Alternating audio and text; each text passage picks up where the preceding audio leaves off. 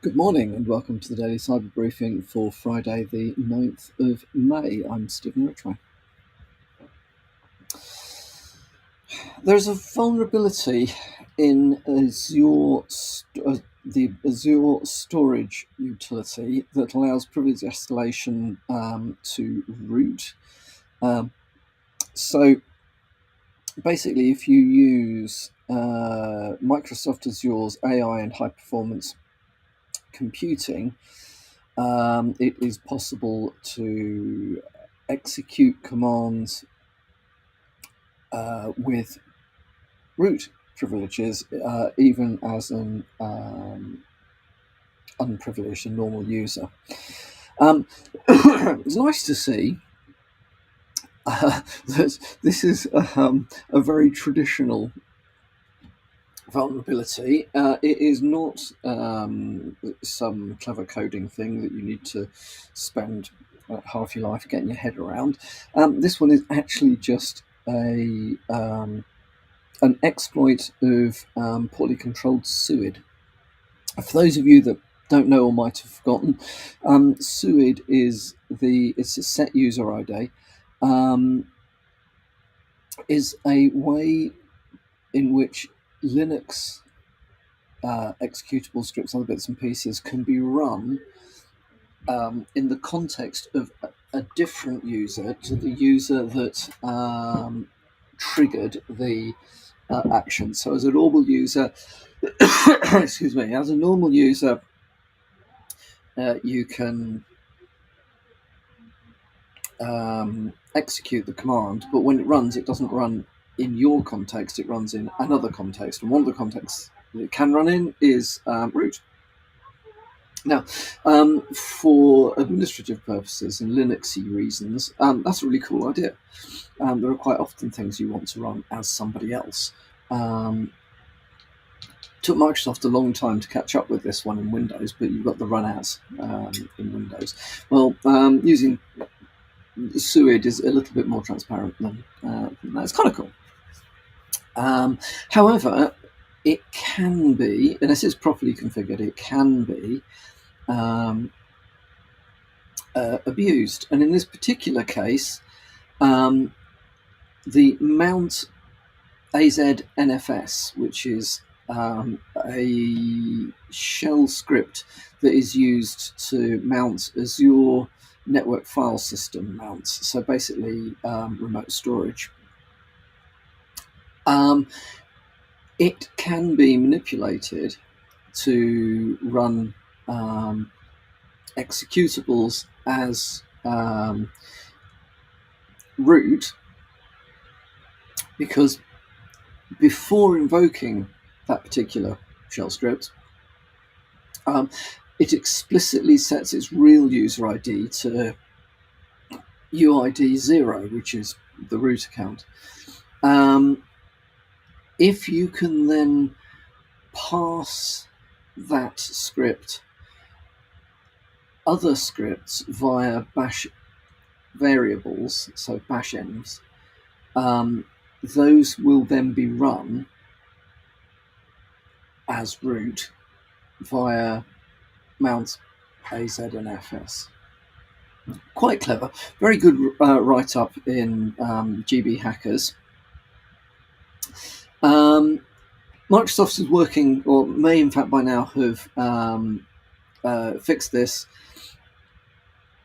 It is worth checking that the version of AZNFS mount that you're using is, there we go, yeah, 2.0.11 or later. If you're using anything earlier than that, be aware that it is vulnerable to this particular exploit. And it just goes to show that even if you are running things in cloud environments, you need to understand what you're doing.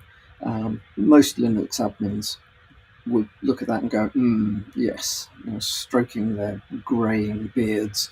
As yes, I remember that one from 1970, whenever it was first exploited. So it's far from new, but the old ones are the big ones.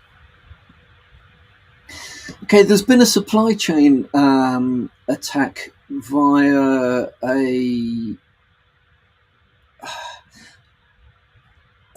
via an NPM package. Okay, so the package is Rand User Agent, and it's a tool for generating randomized user agent strings, which is helpful for things like web scraping, automated testing, security research, and so on and so forth. So, those of us that work in the cyber industry are actually often quite interested in tools that can do this sort of thing. So it may well be cropping up in all sorts of places. This particular package, whilst it isn't dead, it hasn't had updates for a while. Last official version in the GitHub repository is 2.0.82, and that was released 7 months ago. What has happened since then is that malicious versions 2.0.83, 2.0.84, and also 1.0.110 have been published afterwards, but outside of Git. And one of the paths for getting hold of these versions is via NPM. Any versions after 2.0.82, or basically anything which you're getting which is not directly from GitHub, is likely to be malicious, or to have had malicious code added to it. There's a good article in Bleeping Computer that indicates, has got some indicators of compromise that you might want to look at. But if you are using that particular package, especially if you're using the package from NPM, then you should check to make sure that you're not using one of the vulnerable versions. Malicious versions.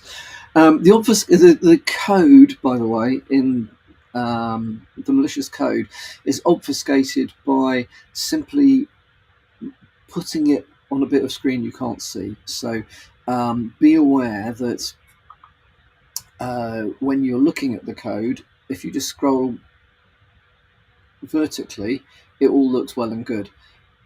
The malicious code is off to your right. It's literally as simple as look for a scroll right bar, and you will eventually find the code. So not particularly obfuscated, just not in your face. And I can see why people might fall for that, because it isn't. You wouldn't expect to see what's hidden off the page, kind of thing. So be aware of that one. In other news, Lockbit Ransomware site has been breached, and at least some of their data has been leaked online. So if you are curious as to the thing that kind of struck me with this, which is quite interesting, is if you are curious around what sorts of conversations are had between ransomware groups and victims, there's over 4,000, nearly 4,500 negotiation messages have been published as part of this. That could be useful for your research. I'm not sure about the legalities of searching out and reading this stuff, but if in your jurisdiction it is legal to do that, understanding the sorts of conversations that are being had might be something that will help you to develop your negotiation strategy were you ever to be hit, which hopefully you won't be. So be aware. It also means that there's various other pieces of information about victims, and also about the way in which the ransomware group works, that have now been that are now publicly available and have been dumped. Also, bear in mind, as we were talking about earlier this week, if you've paid a ransomware group to keep your stuff safe or delete your stuff, or we've shown that paying them to delete your stuff doesn't work. Bear in mind that there are groups that attack other. There are attacker groups that attack attacker groups. So you may be dealing with one particular group, but your data may then be further stolen by other groups. There is a semi-functional marketplace for things like initial access and so on and so forth, but you are talking about a bunch of criminals. So whilst it's expedient for them to help each other out, and if they're making money out of it, then they will do. As soon as somebody gets a grudge against somebody else, then they will be all over them like an Al Capone. Right. Final thing from me for this Friday.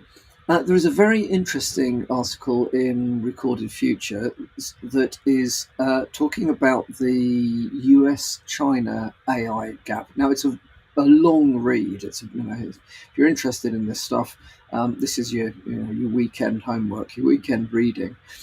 It basically talks about whether China will achieve its stated ambition to become the world leader in artificial intelligence by 2030. I think the answer to that one is no, but that doesn't mean to say that we can ignore, in the cyberspace, we can ignore China's investment in this stuff. So the US remains, I think, further ahead from a point of view of rate of development. China lags probably 6, 7, 8 months behind at any particular time. China is investing a lot of money, but the US is investing considerably more. So for the moment, the US remains the world leading country for the development of artificial intelligence. China, though, is hot on their heels, and despite the challenges of trying to get things done in China, we do know that if the Chinese government decides it wants something, that thing will be properly focused on. Makes for very interesting reading, and if you are curious about the geopolitics of cybersecurity and how that may affect what you're doing, it definitely makes for a good read. I remain sceptical about using Chinese open source AI tools.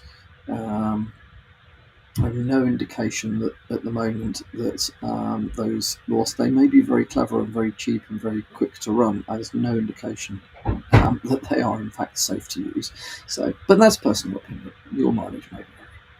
Right, that's all from me for today.